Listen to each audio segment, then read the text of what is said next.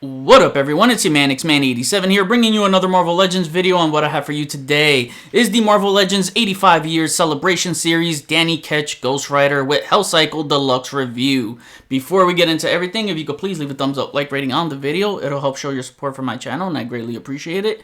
Now with that said, let's go! Alright, this is my most anticipated figure out of the 85 Years line, so does it live up to my expectations? Yes and no. You see, I gotta address the biggest issue and get that out of the way first before I hit the positives.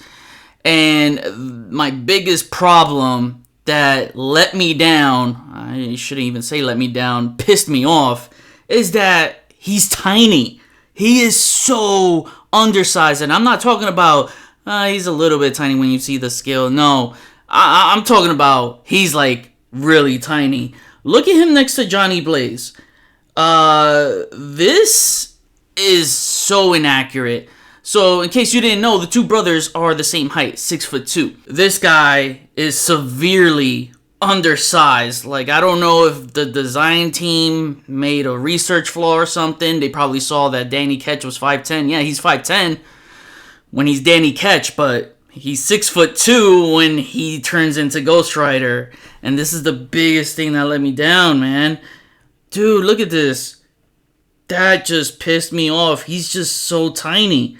And I'm not even counting, you know, the flame piece here. It's just not a good look at all. He is... yeah, he's like a shoulder above this guy. This is not right at all. And here's the thing with Marvel Legends scaling. I gave up on it. It's all over the place. It's never accurate. So, you know, I take a guy like Iron Fist. He's 6'1" next to Danny Ketch. Okay, that looks good, right?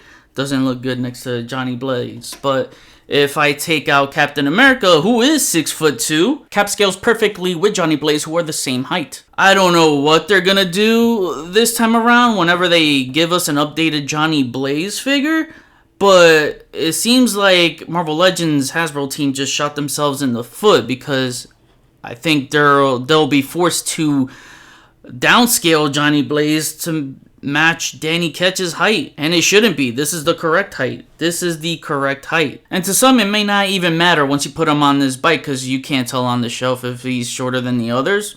Fine, but it's just a me thing where I know he's short and underscaled. You know what I mean? So even if I look at him on the shelf, oh, you can't tell, you know, that he's short because he's on the bike. It's just in the back of my head, I know he's freaking tiny. So it's just strange, because they have been secretly upscaling the size in Marvel Legends to revolve around the Vulcan buck, which is their main body buck. So I just thought he would be the right height. Anyways, looking at the head sculpt, I love the head sculpt. Like, one of the coolest things about this head sculpt is that they actually sculpted the penance there. Not sculpted, but painted. Look at that, man. You can see the little, like, loops. That is freaking sick. Like, you can't tell me that's not dope. That is freaking dope. And the skull, by the way, the skull is so much better. I just can't get over these eyes. Alright, he shouldn't be condemning my soul like this, damn it. I can't freaking stare at him for too long. The skull is so much better. Like, the paint job and all that. It is a different sculpt, because as you can see, the cheekbones right here, they stick out more, where these don't. And you don't get that stupid overbite like this one did. I did not like that. So, you can even tell the brow, too. It's just a better looking skull overall. It's not reused, it's different. Yeah, even you can see, like, the mouth open. Yeah. But one of the laziest things they did was reusing the same flaming hair piece. It's just, I don't know, man. Like, for me, when I think of Danny Ketch, I wanted more of that flare. It should be, like, you know, flaring out wider, and I just thought this was very lazy to just reuse the same flame piece. Even the neck piece, they reused it. They could have done something different to, you know, I mean, differentiate it. That's just one of my other biggest gripes. But again, love the paint job on the skull. I cannot get over that penance there. That looks so badass. But yeah, it's really nice. The rest of the gear looks great. He's got his chain wrapped around his chest. I like to keep this part on the back. I'm taking mine out of the packaging. The handle piece was on the front, but yeah, it should be displayed like this. I love the spikes. Like, Danny Ketch is my favorite Ghost Rider, by the way. Like, this was the Ghost Rider I grew up with. You got the spikes right there. I like that, you know. The jacket, the texture, all of that is freaking beautiful. And then you see his spiked belt, the spiked forearms right there. You see the spikes right there on top of his hand. I always forget, he only has the spikes on the right hand. You know, there's no spikes here. I thought there was supposed to be a spike here, but no, this is comic accurate. And then you got the little chain attached to the belt right there. And one of the coolest things they did with the pants, they sculpted a wallet on his back pocket. That's freaking awesome. That's not a thing that's been done before. I really like that attention to detail. Even Danny Ketch saved his money from the HasLab Engine of Vengeance. I like the pants, more texture there. I really like that. I don't like that the knees are glossy and this has a matte finish. I don't know what's up with that, but I do not like that. You see the seams, and then his boots, I really like them. Again, a nice texture all around. I like the sculpt to it. I like the spikes right there around the boots. Something's missing though, man. Something is just missing that Danny Ketch feel. I don't know what it is. I mean, besides the height, probably the flame not bursting out wide enough on the skull, and I just think they should have painted these spikes in metallic. Don't get me wrong, the figure looks good, you know what I mean? It looks good. Despite my gripes with the scale, it shouldn't be enough to like cancel your pre-order or anything. Don't be silly like that. It's still a good figure. Like, in hand, he feels great. He's missing metallic paint. This is why metallic paint is so freaking important. You know, there's barely any paint on this guy, and it would have just made it pop. If it was like a nice dark metallic gunmetal color, you know, or even bright silver, that still would have been fine, but I just feel like it was missing that pop. Now, taking a look at his health cycle, this thing is great, man. I love his cyberpunkish looking bike. It's my favorite Ghost Rider bike. And I like the shield. Always love the way the front shield looks like. And as you can see, lots of details as far as the sculpt, giving it some wear and tear. See some dent marks and all that. It really looks nice. Some scratches. I like that, man. The only thing is, right here, there should not be two big holes in this shield. I mean, what's the point of a shield if it got two big holes in them? You're not going to protect yourself. It doesn't make sense at all.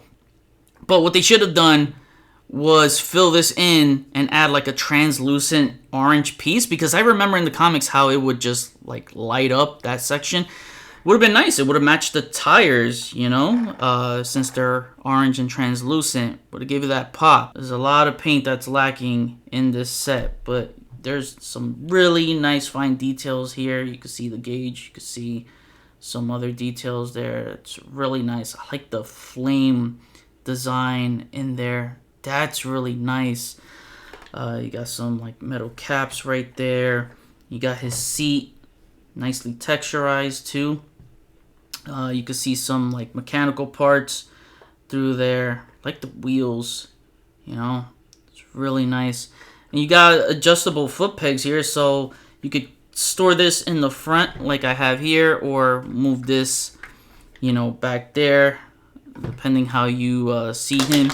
So I think that was pretty cool. The one thing I will say is that there is no kickstand or anything like that, so you're gonna have to rely on this if you want to keep it tilted. Besides the rolling tires, right, which it rolls really nice, it does have another play function, and that's the shield. It's adjustable, so you can shift this down or you can shift it up.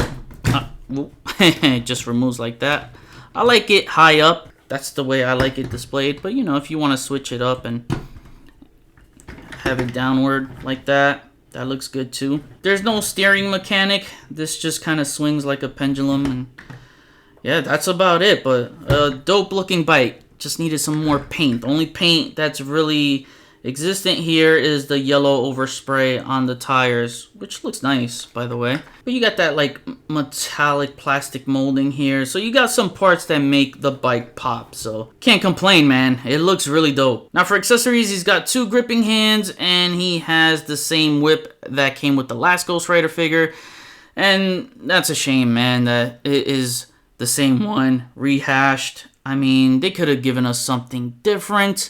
A real metal chain link would have been freaking awesome, but, you know, I don't know, something different.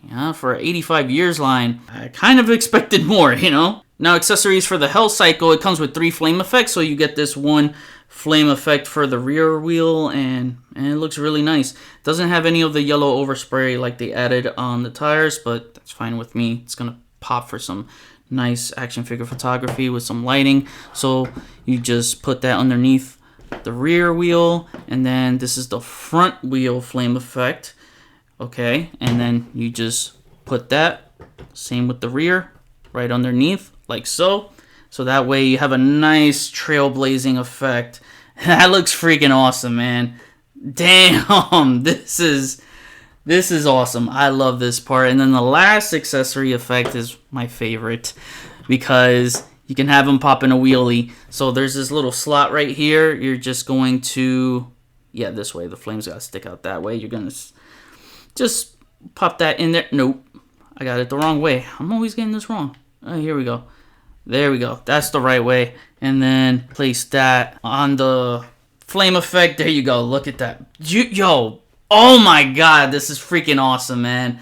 Like, this is freaking awesome. I have not gotten over this since its reveal, since the first time I did when I opened the figure, and it just blew me away how awesome this looks. Like, this is what I want in a Ghost Rider figure.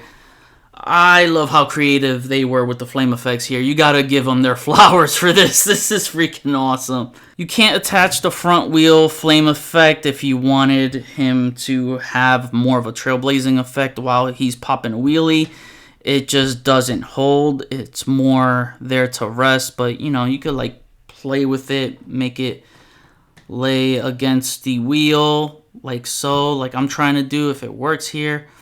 But yeah, so you see something like that, you could probably work. It might not look right, but depending how you angle it, if you're doing some photography, you could pull it off. Oh yeah, but this look right here, this is definitely how I'm gonna have him displayed on my shelf. Now to cover articulation with Ghost Rider, his head barely moves up. I mean, that's all you're gonna get. This right here is hindering the movement to look up.